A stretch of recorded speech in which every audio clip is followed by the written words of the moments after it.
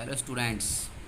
तो हमने कल पढ़े थे कि डिफरेंट पोजीशन पर जब ऑब्जेक्ट रखा होता है लेंस के सामने तो उसकी डिफरेंट पोजीशंस पर इमेज बना करती हैं। वो सब हमने जान लिया, कहाँ ऑब्जेक्ट रखना है, कहाँ इमेज बनेगी। अब हमें एक्चुअल पता लगाना है कि ऑब्जेक्ट लेंस के सामने कितना डिस्टेंस पर रखा है तो उसकी इमेज कहाँ बनती है, कैसी बनेगी।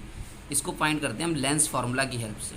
इससे फाइंड करते हैं लेंस फार्मूला की हेल्प से हम ये पता लगा देते हैं कि कहीं पर भी ऑब्जेक्ट रखा हुआ है, लेंस का फोकल लेंथ निकाल सकते हैं, इमेज की डिस्टेंस निकाल सकते हैं, हाई मैग्नीफिकेशन निकाल सकते हैं, सारी चीज़ निकाल सकते हैं। तो लेंस फॉर्मूला क्या होता है? The relation between object distance, image distance and focal length is called lens formula. ठीक है, जो हमारे पास ऑब्जेक्ट रखा हुआ है कि ऑब्जेक्ट कहाँ रखा हुआ है उसका डिस्टेंस, इमेज कहाँ बन रहा है उसका डिस्टेंस, और फोकल लेंथ यानी एफ क्या है? Focal length of lens. V क्या है? Distance of image from the lens. और यू क्या है? Distance of object from the lens. इन तीनों के बीच का ये जो रिलेशन है इसको हम क्या कहते हैं? Lens formula. इसका हम पहले भी पढ़ चुके हैं, मिरर फार्मूला, जहाँ पर प्लस हुआ करता था बीच में। अब ये लेंस फार्मूला है तो यहाँ पर क्या हो रहा है? या माइनस हो रहा है बीच में। तो अच्छे से याद रख लेंगे कि 1/f equals to 1/v minus 1/u, जहाँ पर यू एफ क्या है? फोकल लेंथ ऑफ लेंस, वो लेंस की कितनी फोकल लेंथ है, और यू लेंस से ऑब्जेक्ट कितनी दूरी पर रखा हुआ है उस डिस्टेंस को हम यू कहते हैं, और वी उस ऑब्जेक्ट का लेंस से इमेज कितनी दूरी पर बन रहा है। फिर आता है लीनियर मैग्नीफिकेशन। मैग्नीफिकेशन का मतलब होता है हाउ लार्ज और small an object is form by the lens.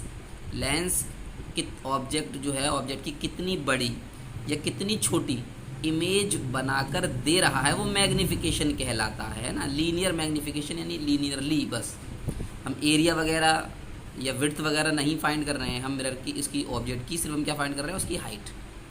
तो the ratio of the height of image to the height of object is called linear magnification. It is denoted by M. क्या होता है? Ratio of height of image to the height of object, यानी कि image कितनी बड़ी है और object कितना बड़ा है, दोनों की हाइट को डिवाइड कर देंगे, जो रेशियो आएगा उसे हम क्या कहेंगे? लीनियर मैग्नीफिकेशन कहेंगे। ये फॉर्मूला यूज़ करते हैं जब हाइट गिवन हो। अब इन टर्म्स ऑफ हाइट नहीं गिवन होगी मुझे, या तो हम क्या निकालेंगे? ऑब्जेक्ट डिस्टेंस और इमेज डिस्टेंस। तो ये जो रेशियो है, ये दोनों रेशियो सेम होते हैं, तो हम मैग्नीफिकेशन का फॉर्मूला याद कर सकते हैं, ratio of height of image to the height of object, और ratio of distance of image to the distance of object from the lens. Image की डिस्टेंस लेंस से डिवाइडेड बाई ऑब्जेक्ट की distance lens से, तो ये जो ratio होगा वो इसी के बराबर आने वाला होता है। इसको कहते हैं हम लीनियर मैग्नीफिकेशन। और लीनियर मैग्नीफिकेशन किसी भी लेंस की बड़ा इंपॉर्टेंट टर्म है जो हमें बता के देता है कि इमेज कितनी बड़ी या छोटी बनाई जा रही है ऑब्जेक्ट के ज़रिए। समझ में आ गया? तो लेंस फार्मूला हमें एक्चुअल डिस्टेंस बताएगा कि ऑब्जेक्ट कहाँ रखा हुआ है लेंस के सामने, तो उसका इमेज कहाँ बनेगा और उसकी फोकल लेंथ क्या है।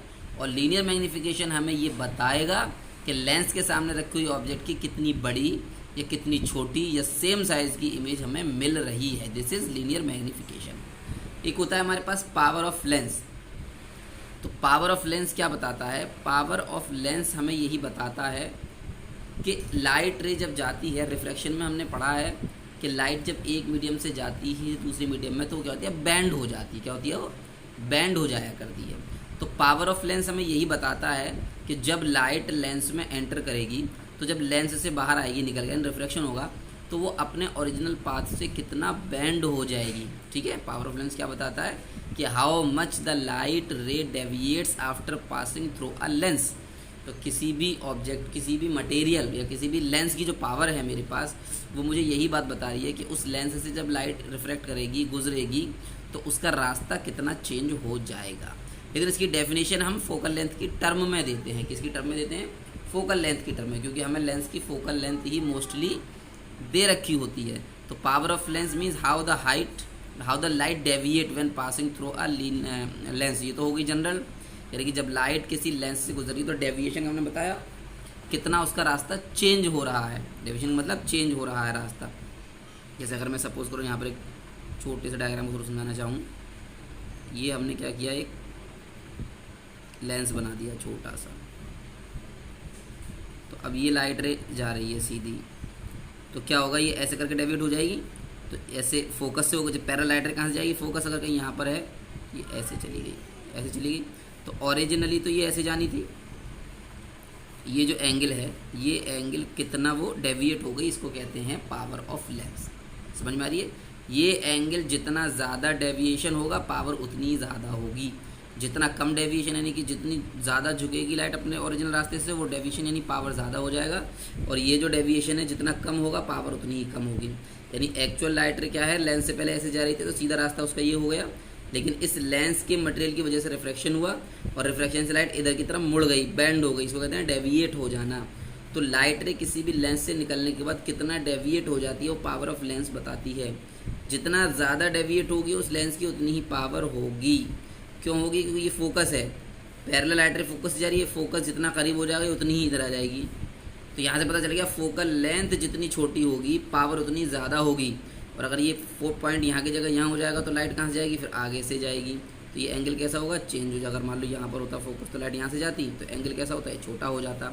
तो कह सकते हैं हम फोकल लेंथ यानी लेंस की फोकल लेंथ जितनी ज़्यादा बड़ी होगी उस लेंस की पावर उतनी छोटी हो जाएगी, और ये फोकल लेंथ जितनी कम होगी वो बढ़ जाएगी। तो यहाँ से दूसरी डेफिनेशन बना दी है कि the reciprocal of focal length of a lens is called power of lens. यानी मेजर जो करते हैं पावर को वो फोकल लेंथ की टर्म में मेजर करते हैं, और जो बताया जाता है कि reciprocal of the focal length. जैसा अभी हमें दिख रहा है भाई, ये पैरेलल लाइट रे है, फोकस से ही तो जाएगी, फोकस नज़दीक हो गया यानी फोकल लेंथ छोटी हो गई तो ये ज़्यादा बैंड हो जाएगी।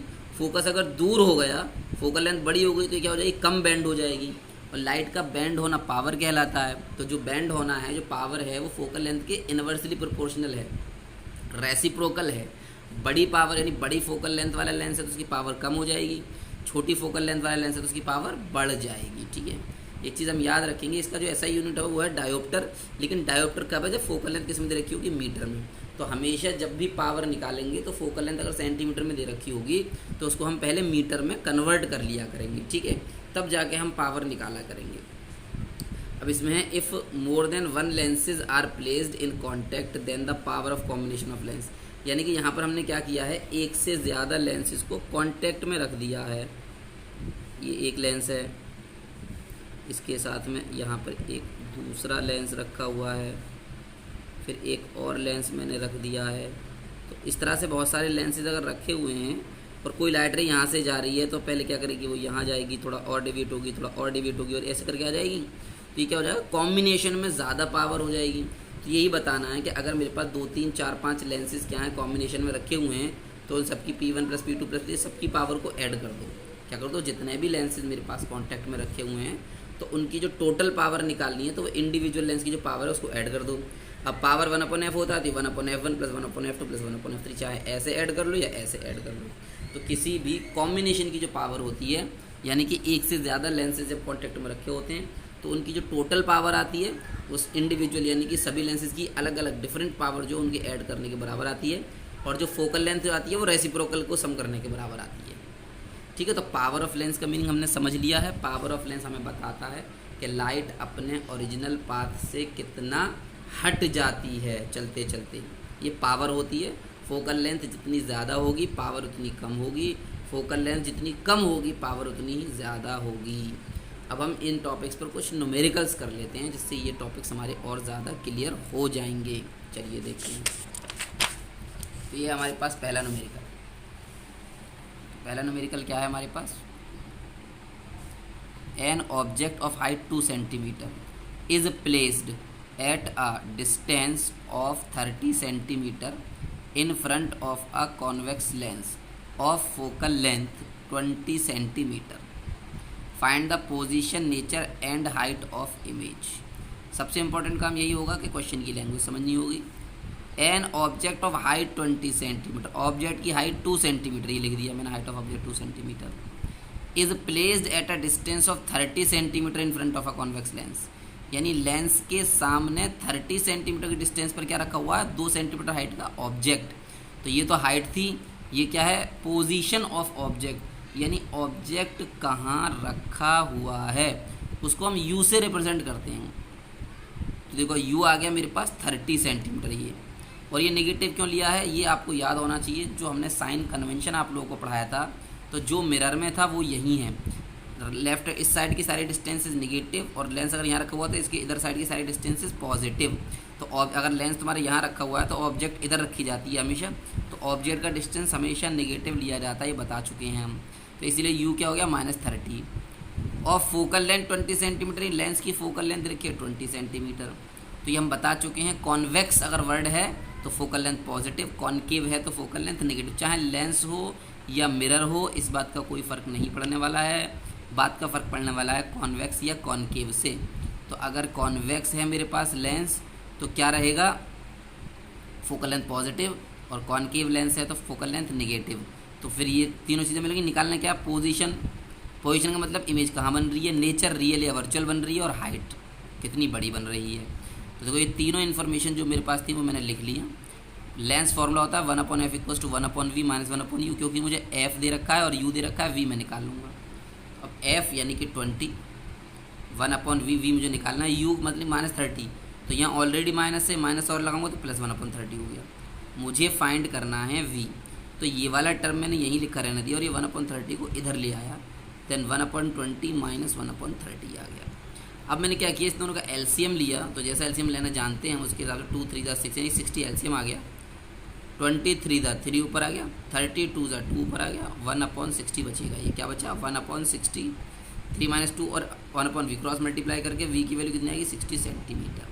तो हम ये कह सकते हैं अगर ऑब्जेक्ट रखा हुआ है 30 सेंटीमीटर पर तो इमेज क्या बन रही है, 60 सेंटीमीटर पर।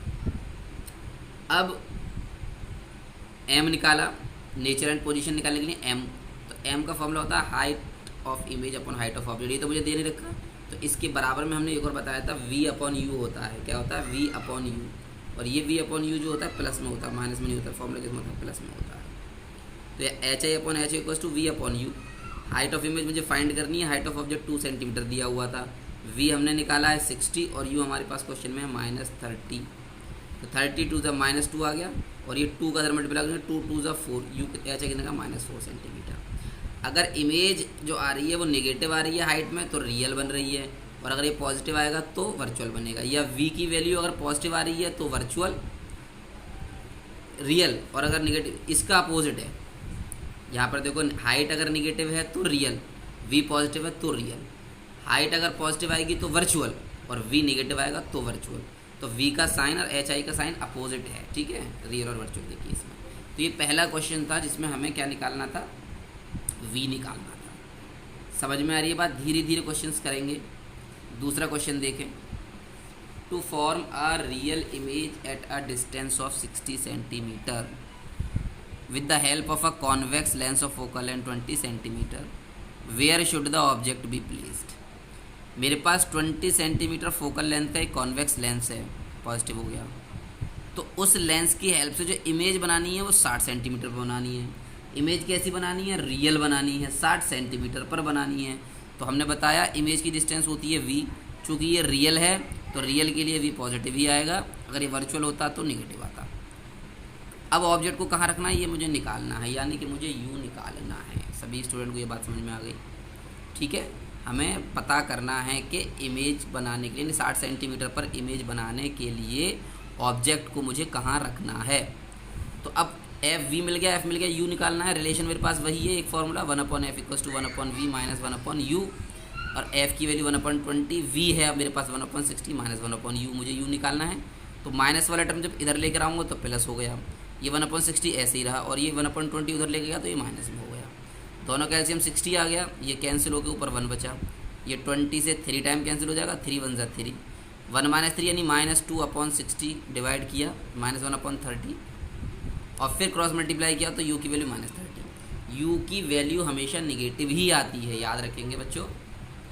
जब भी कैलकुलेशन करेंगे u जो आएगा उसका आंसर निगेटिव ही आएगा, क्योंकि ऑब्जेक्ट जो होता है हमेशा लेंस के इस साइड में रखा होता है, और लेफ़्ट साइड वाला जितने भी डिस्टेंस है वो कैसा रहता है, निगेटिव रहता है। तो u की वैल्यू निगेटिव आएगी। तो ये है, यानी कि अगर मैं कोई भी, मेरे पास 20 सेंटीमीटर फोकल लेंथ वाला कोई लेंस है, उससे अगर मैं 30 सेंटीमीटर की डिस्टेंस पर कहाँ रखूँगा ऑब्जेक्ट, तो उसकी इमेज कहाँ बनेगी, 60 सेंटीमीटर पर ही बनेगी। ये बात याद रखेंगे। ये दोनों मेरे पास सिंपल वाले न्यूमेरिकल हो गए, एक में u पूछा था, एक में v पूछा था। अब थोड़े से अलग तरह के न्यूमेरिकल और आने वाले हैं हमारे पास, ठीक है, उसके बारे में जानेंगे। लेकिन उससे पहले अभी ये वाले क्वेश्चंस आप लोग करना सीखिए। हम इसके आपको कुछ एग्जाम्पल्स भी अभी सेंड कर रहे हैं, उनको करने की कोशिश कीजिएगा, ठीक है। नेक्स्ट वीडियो में यानी कल हम और इसके डिफरेंट क्वेश्चंस करेंगे।